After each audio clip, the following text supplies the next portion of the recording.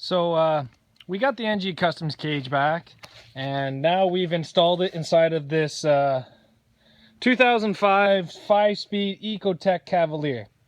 Now we've had to do a couple modifications to this cage to put it into this car, but I think that the modifications we made to this cage is actually going to make it a little bit better and easy to work in some stuff. I made a couple things that come factory on the cage a little bit different. So this is going to be raced in Flamborough. Now Flamborough is a for-fun race of 250 laps.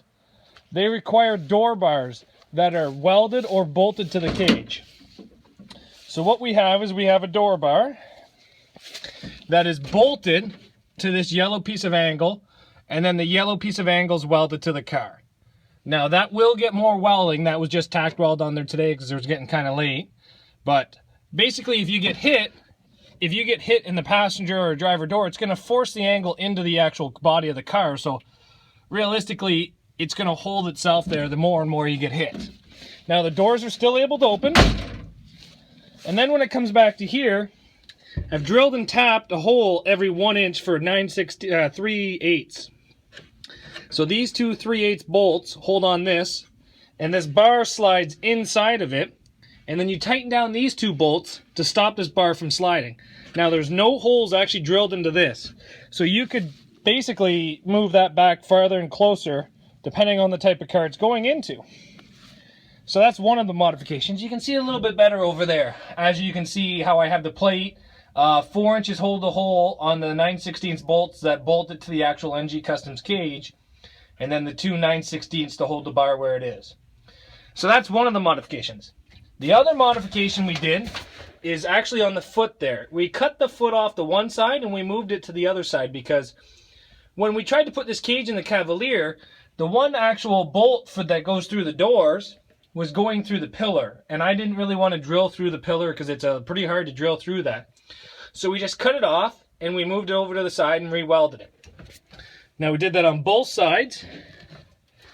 Now what that does is we cannot use the stock plates that came on the bottom, which is fine because I ended up using that for these door bars, so recycled purposes.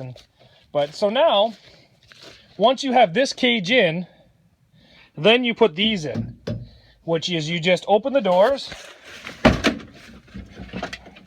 put the pipe in, you just finger tight those, you put it where you want it, shut the door, and then tighten those 9/16 right up, and then you weld it. And it's a fully adjustable door bar in these.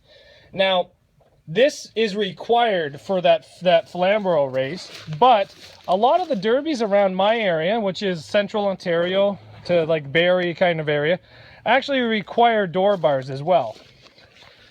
So this here will meet all their rules.